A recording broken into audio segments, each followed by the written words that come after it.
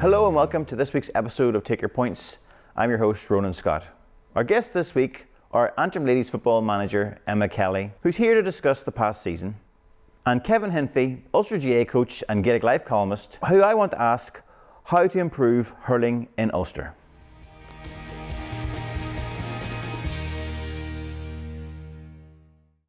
Hello and welcome, Kevin. Thanks for joining us. First question I had for you is, you wrote a piece recently about how to improve hurling in Ulster, and I wanted to ask why you felt you needed to write that piece. I suppose the piece was about the development of new hurling clubs and why that's important for the future of the game in the province. I suppose just working on hurling development and being on the ground, you can really see the challenges that exist with a very small number of hurling clubs in each county.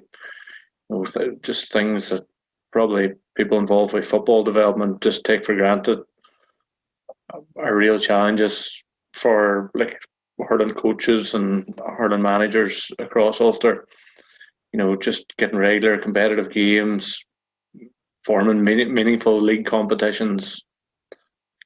Just all those things are very difficult. So it's just a big challenge. Again, I suppose I know just this year I was involved as a selector with the day hurling team, and just even the difficulty in forming a panel, when you're starting with such a small base of players to choose from, and you have players then opting off for a variety of reasons, which is fair enough. Not everyone wants to commit to a season of county hurling, but once you're really, I think we finished out last year getting to a Christian final, and we were probably working off a panel of 23, 24 players at that stage of the year.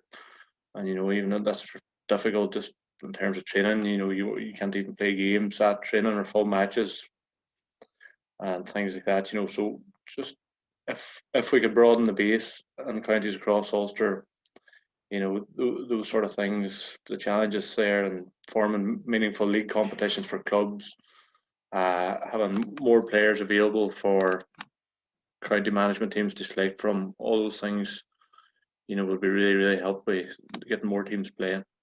The first point you made in your column was about increasing the number of clubs in Ulster.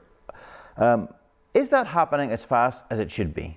There is a lot of good work going on in terms of trying to increase the number of clubs taking part in hurling competitions across Ulster. I maybe referenced Fermanagh in the article, and there's great work going on there. They're up to 8 underage hurling units competing at the minute, up from really just list below a few years ago. So that's great to see.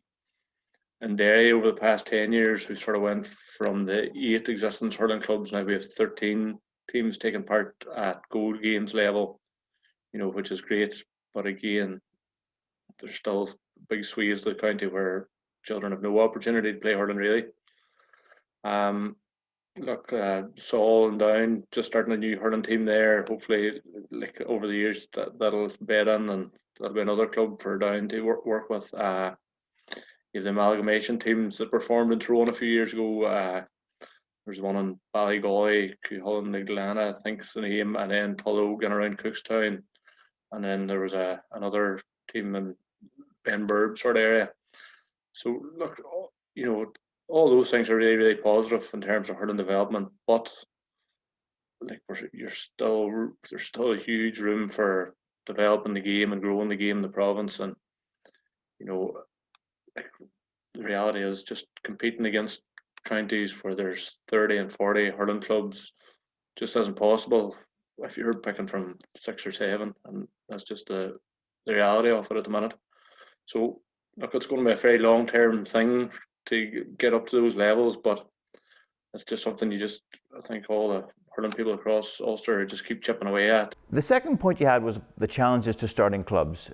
I wanted to know, why would some clubs not want hurling? For a lot of people, I suppose, they probably see hurling as a perceived threat to football in the club.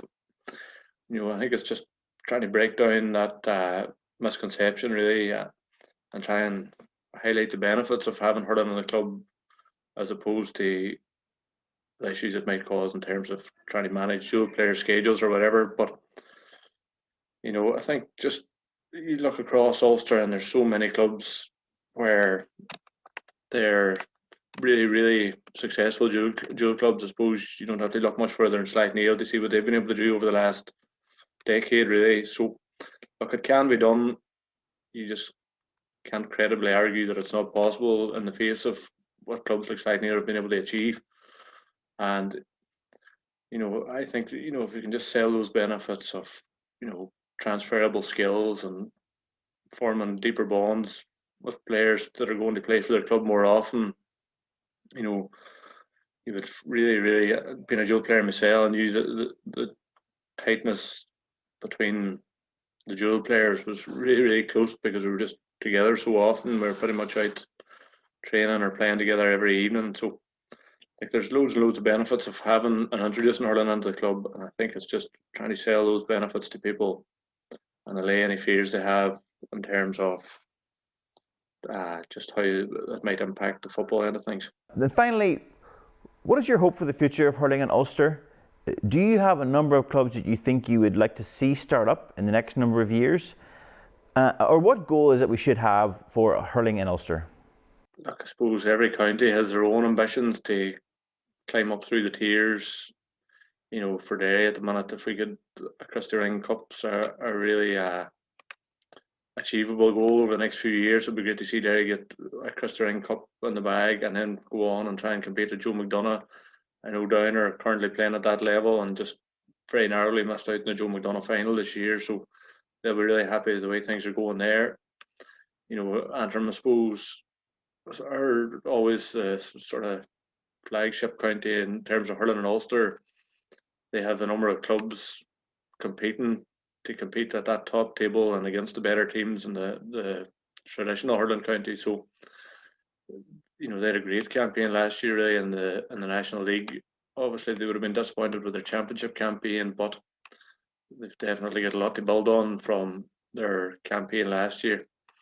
The other counties, again, look, it's just growing the game, I think, and growing the number of clubs playing is just vital, as I say.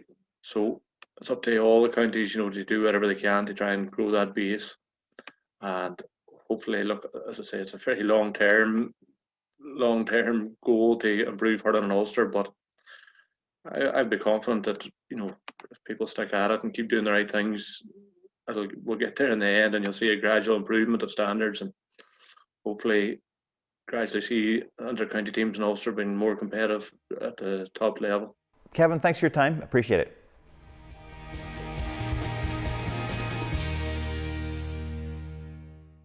Emma, thanks for joining the show this week. I wanted to get you on to just to do a review of the season, look back at Antrim's year, highs and lows. But I suppose to start, was there anything you're particularly pleased about this season or frustrated, I should say?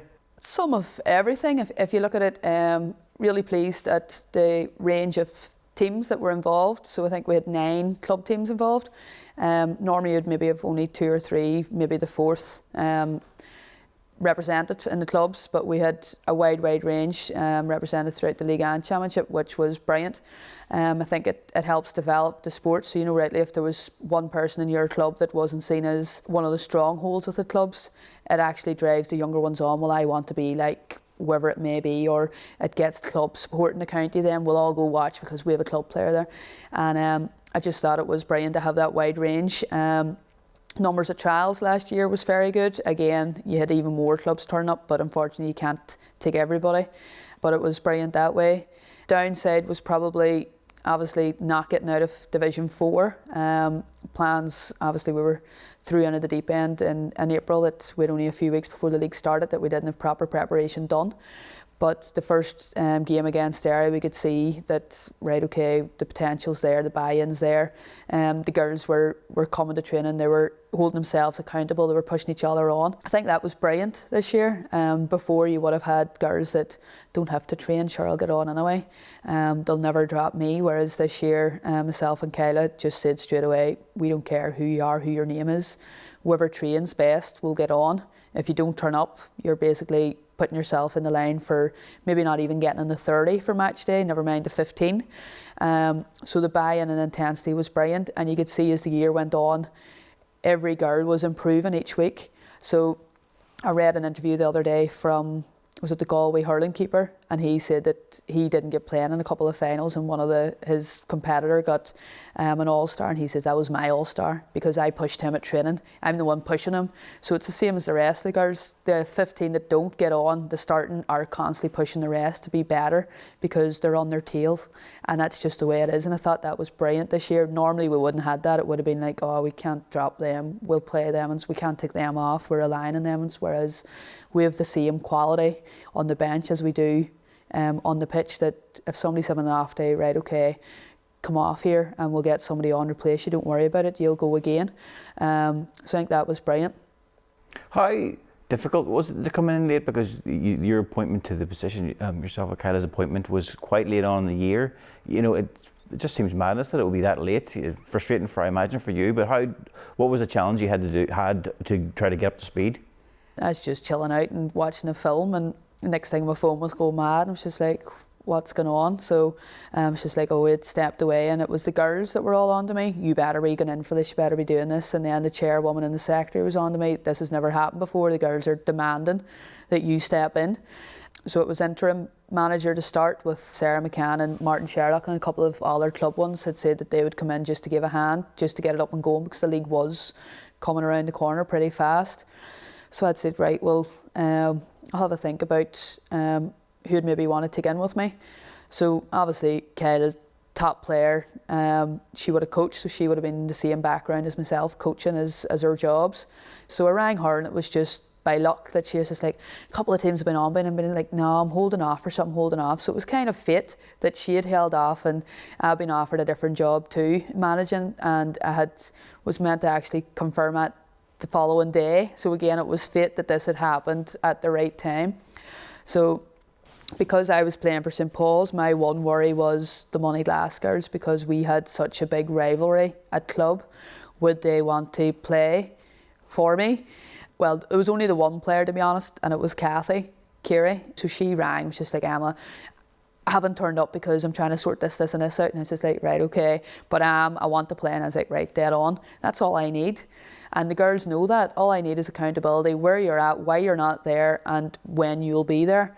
It's been more a relief as well as really positive, and the buzz about the county is brilliant, because I think they all know rightly, I don't care if I play club alongside you. If there's somebody better than you on the county squad, it doesn't mean that you're going to get starting because of who you are.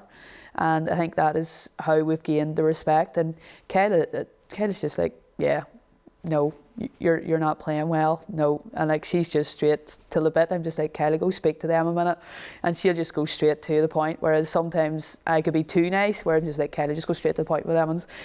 Otherwise, if I go straight to the point, I'll end up being brutal. So we kind of have a happy medium there in training and stuff. I'll do the wee fun drills, and Kyla does the mad runs, and she's like, why do I have to be the one that's always looking the bad one? It's just like, well, so now we brought in a strength conditioning coach, she can be the bad one. Do you think you achieved the potential this year? Did the team achieve its potential this year? To an extent, we could look at some of the games. We did play to our potential, but as near enough after every league game, I would have cracked up that, yeah, we got a good 20 minutes out of you there, and then we went to sleep. We've never got a full 60 minutes of complete football from them, and I think that was our downfall this year. Even in the likes of the Ulster final, where, yeah, we won it handy, we still didn't play full 60 minutes. Against Leitrim in the league, we blew them out of the water for the first 25 minutes, and then we let them back in, and they ended up then coming out in the second half and rolling over us, and you're going, where's that first 25 minutes at? So it's trying to get a full 60-minute game out of the girls, and just getting that fluency the whole match is what our aim is. So the potential's there. It's just now getting it up another level, another notch to make it more consistent. And what about goals for next year? What next season? Trials have already started. We have a lot of games already planned, so we've I think we've 3 or 4 friendlies planned for before Christmas, so it's straight in. Some of the girls are playing uni football, so they're taking themselves over that way, and a lot of other girls are, like the Moneyglass and Bridges girls, are only really finished. But with a lot of games finished right up to the league. Obviously, as you say, you need out of Division 4. You could win Junior All-Irelands every other year if you want it, but it's not going to benefit you and it's not going to push you on. You need to be playing against the top teams, and you need that stepping stone up to Division 3. So the likes of, if you look at Leitrim, are playing intermediate football, they're down in Division 4. Wicklow, they were in Division 3 and were in junior, so now they're where they want to be. But then Fermanagh went up, they won the junior and Division 4 last year, 2 years ago, and now they're back down in both. So we need to get a good stepping stone. So as we said, after the Junior All-Ireland, you're like, was that a blessing in disguise that we didn't win?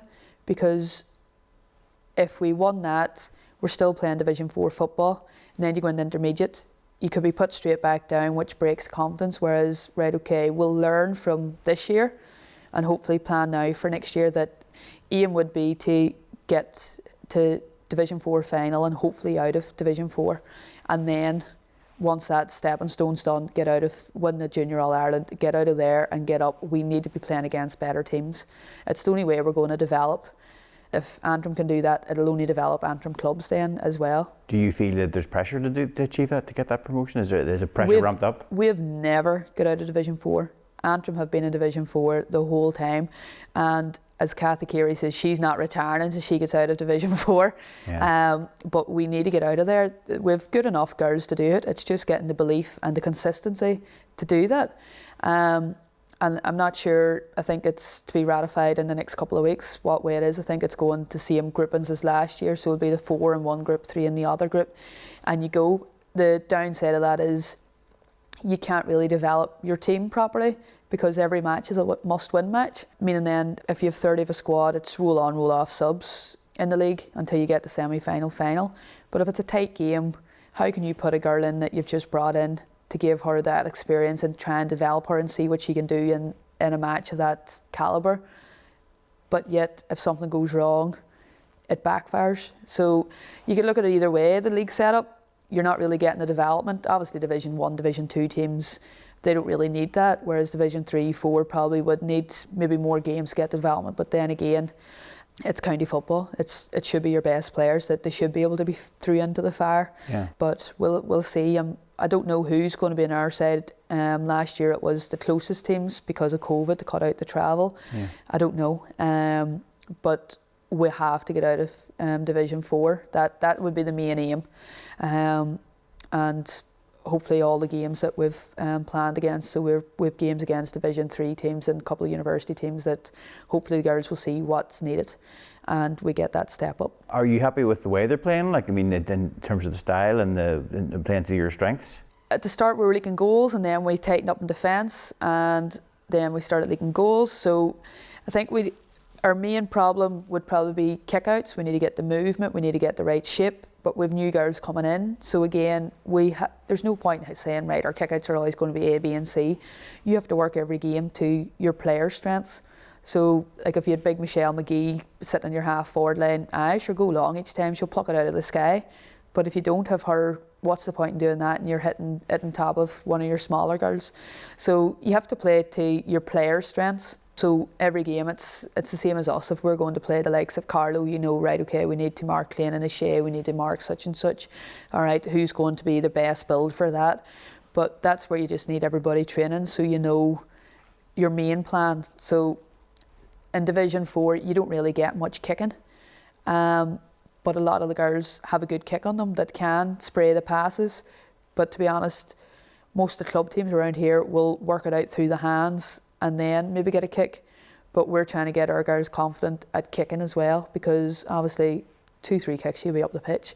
So it's just then seeing, right, what's her strengths, what's her weaknesses, how can we go about it, where's girls comfortable playing at. So again, we'll build on it. Obviously, hand passing game is going to need a lot of fitness. And I think one of our weaknesses at the start of the year probably was our movement and our forwards. Because if we got to the halfway line, there's no point in me saying we need to deliver the ball and we need to deliver, and you look up and there's no movement. So we worked on that and it did get better. But again, it's just going to depend on who's going to be our strong players, what's their strengths going to be. Like Gráinne McLaughlin's motoring about, are we going to play her in the half forward line, full forward line? Where does she want it? So it just depends who we have and what their strengths are as well. Do you see the ladies' game developing the way the style is? You know, I'm thinking of comparisons to the other codes. There is the conversations about how the game is developing, moving away from, you know, overly defensive systems and more focus on the transition between defence and attack. Do you see that happening in ladies' football as well? Yeah, if you look at the likes of Meath's play that went up against Dublin, they packed the defence and it was all about their fitness and everybody knowing their role and having it straight into it. And they enjoyed the football because it was smooth, because everybody knew exactly what they're doing. People coming off the bench just went straight into it. But that's all about fitness as well as the key skills. So you need to just hone all that in. But if you look at Division 1, there's a massive step down in the levels to Division 4. But if you watch it, you can try and play the same style. It's just getting the girls to believe that they can do it. I commentated at the Ahagall St Bridget's men's game with Jerome, and the men were, let's bung the defence and then we'll go at speed, whereas one of the teams was going at speed with a brilliant crossfield kick pass, which cut out their sweeper and everything else. And it's just like, the girls, some can pull out a pass, 30-40 yard pass, but it's making sure it's the right person on the ball. Some will try it and then sure it's cut out and then it's way up the field, whereas the other team were very slow and then the other team got back. So it's just, again, it's trying to get it into the girls' heads. Look, believe in yourself, but it's not the person on the ball that's making the pass, it's the person off the ball. So there's no point standing waiting for the kick and then you make your run. But all it's building for us, and it's something that we can work on. We didn't overly have that for the league last year, so we started trying to work on our plays and stuff for the championship. But obviously playing games, we'll be able to say to the girls, look, this is what we want you to try. If it doesn't pull off, you do it again. When we see friendlies and challenge games is where you get to practice those skills. Obviously in training you do it, but some girls hold back in training, or they'll try something in training and not do it in a game, whereas we're just trying to say, look here, do it now when it counts. If you don't try it in training or challenge games, you're not going to train it or try it in a proper game. So give it a go. If it doesn't work, then we'll scream at you, stop kicking the ball. But we just want the girls to enjoy their football, and if they're fit enough and they have their skills honed, they will enjoy their football. And that's how you get the smiles on their faces and them all uniting as one big team and going out there and just playing together as one big unit. You said earlier on about how the Antrim players wanted you to get involved with the team when they contacted you. I wonder, is there more women should be getting into coaching, or is it more that they responded to you? Do you think there should be more women in coaching than there is at the moment? Yeah, well, if you look at it, a lot of girls have some sort of experience. Like if you look at it now, like you had myself and Kyla. Kyla was working with Down GA for years. I think she was probably the only female coach there for whatever length of time. I'm with Community Sports Network. I was the only one, and then we have a couple now in training up. But you have a lot more female referees. You have a lot more female strength and conditioning coaches and things like that. So females are starting to get there. But I think with our girls, they came to me because I had took majority of them at underage level as coach manager, and they know that that's my background, as well as when I was in fullback beside them, I was constantly going on, and they would come to me and ask, what am I doing, what do I need to do, and things like that. Or there was training sessions that it was maybe me saying, well, why are you doing that? You need to try and do this, and actually helping them and coaching them as I was playing. But there is some people that you would kind of look at and go, right, well, they have a good footballing brain there, like the likes of Kiva Marley. She knows how to play the game, and she's a teacher, so she's able to talk around it and stuff. But again, there's a big difference in being a teacher and a coach. So a lot of teachers it's just, never as at uni, I would have been arguing with the PGCE girl well, I'm coaching, and just like, teaching's not coaching, just like, whereas now I'm going, actually, it's not. It's completely different. Going it, yes, you might be organised, whatever, but if you don't know certain things, it's no point to it. But the likes of Kiva has played up at that level. You could probably look at it that Jerry McLaughlin is now out coaching with Ulster GAA, that she'll be doing that. Carla Rose doing a lot of stuff too. So I think it takes a personality. That like Kathy Carey has taken her underage club teams. So she's got the coaching brain. She's going to do her qualifications, but it's having the respect of the girls too. So like the young Bonnie Glass girls look in awe at Kathy. But it's just getting involved. The likes of, you could take underage teams in your club, no bother, and just go get your level 1 or your foundation, whatever. But there's a lot of people out there coaching, men out coaching, that don't even have their ladies' qualifications. And you're just going, well, that explains why you don't know the tackle. And then you're running around and it's just causing uproar there as well. So like doing the referee course, obviously the tackle is the main thing that's been hit on, and people don't understand it, but they don't understand it because they haven't done the course. Whereas if you've played the game, then you know what's expected and what it is. So whenever I'm refereeing, somebody will do something like, that's a free ref, and I'm like, no, because I seen what you did there. Like, I know all the tricks of the day, I've done that. So it's kind of out there, but you're able to pick up on it, and that benefits then too, taking the county team, that I'm able to say, you're not going to get away with it. So the priority really is, to be a good coach is not what gender you are, you just have to have the training and have the understanding and crucially have the respect of the players. I think being female actually holds you back from getting some of the good jobs, because how many females is there taking the men's teams? I know Ciara McGurk from Derry is involved with Sean Dolan's men's. Ciara's a brilliant player and she's coaching, she knows the game in and out. But that's the respect. She said when she turned up, the boys didn't look at her any different, because they're probably looking at her going, well, she's done more than what we've done. Whereas other clubs would probably go, we're not getting a female in, maybe for strength conditioning or Pilates or something like that. But they're not going to get a female in to coach, because do they think that we can't do it? I'm not sure. I'm hoping that after Maggie taking the referees, as she said, I'm not a female referee, I'm a referee. It would be the same as, I'm not a female manager or a female coach, I'm a coach or a manager. I'm just as good as the males, if not better than the males. You just haven't given us a chance. And it's just trying to get that belief and understanding there that, well, we are good enough. And I think that's key too, the likes of the Dublin girls, Meath girls and all that, just by the way that they've played and the standards they've set, that is showing girls, like some males are looking at it going, Vicky Wall, geez, look at that for a player. I'd love to be able to do that. And it is just earning that respect and making people stand out. And it's the role models. So if we can get that in Antrim, that we have all these role models for all the younger girls and boys to look up to, not just girls looking up to girls, the boys looking up to the girls, then that would be class. Yeah. Just finally, Donaghmoyne won the Ulster ladies final there at the weekend and they beat Breda. Wonder what you thought about that, and wonder what you thought about how did Breda miss out their opportunity, and what you think of Donaghmoyne as a team and the success they've had. I think Breda did miss out on their opportunity in the first day. You're kind of sitting shouting at the screen, your two players up, just go. And I think Donaghmoyne, I think that they showed their heart and belief in actually holding Breda out for that long too. And you could look at it either way. Breda didn't go for it, or did Donaghmoyne put them under that much pressure they couldn't go for it, that they kind of did it. But Donaghmoyne yesterday, they just come out like an animal going mad.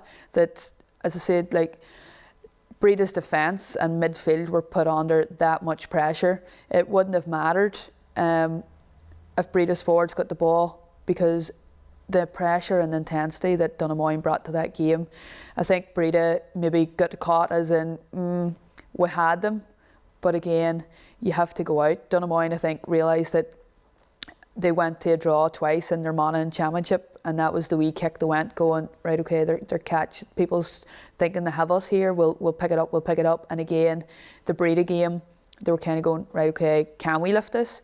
And they played some intensity for 60 minutes. And I still think Breda, if they had have got the ball into their forwards, possibly could have made a difference. Eva Hicks was on fire, but Donaghmoyne's work rate was just unbelievable to watch and see. Ella Durkin, Anna McKee, you could have maybe had them on earlier. I think they brought a bit of fire and life to Breda the last 5-10 minutes at the start at the end going for it. But again, you have to hold your hands up to Donamoyne. People thought, oh, they're slipping here, they're slipping. But again, it's having that belief in themselves that here, people think they're going to catch us. They're not. We still have this talent. We still have that. Amanda in the middle of the field, like, she's running around there just, yeah, okay, give me the ball, that's it. Courtney's, they're still lighting it up here. And they'll be hard to beat. It's after that, the tough game against Breda, realising the resilience and mentality, and then they come out for that performance yesterday. Breda's not an easy team to beat. They are a brilliant outfit, and for them to go out and put on a performance like that against Breda, it's something else. And I don't know who they play next in the next round, but they'll be hard to beat. They're a remarkable team, a remarkable story. Yeah, and they mustn't have anything else to do around Donamoyne. So they mustn't, but they've some talent, so they are. And they're losing players, but the likes of the Garlands, and was it your wee woman, is it Aoife Burns or Byrne or something, played yesterday, and she was brilliant. So it's not like it's all older players. They're bringing their youth through there too, and it's a brilliant balance, and you can see them still hanging about. Like, everybody thinks Cora Courtney and that are in their 30s or whatever, and you're going, no, they've just been about a long time. But they're getting better each year too, so it'd be interesting to see how they get on the next round. But you'd fancy Breda to go and lick their wounds and come back to try and hunt them down next year again. Emma, I appreciate your time. Thanks for coming in. No bother, thank you.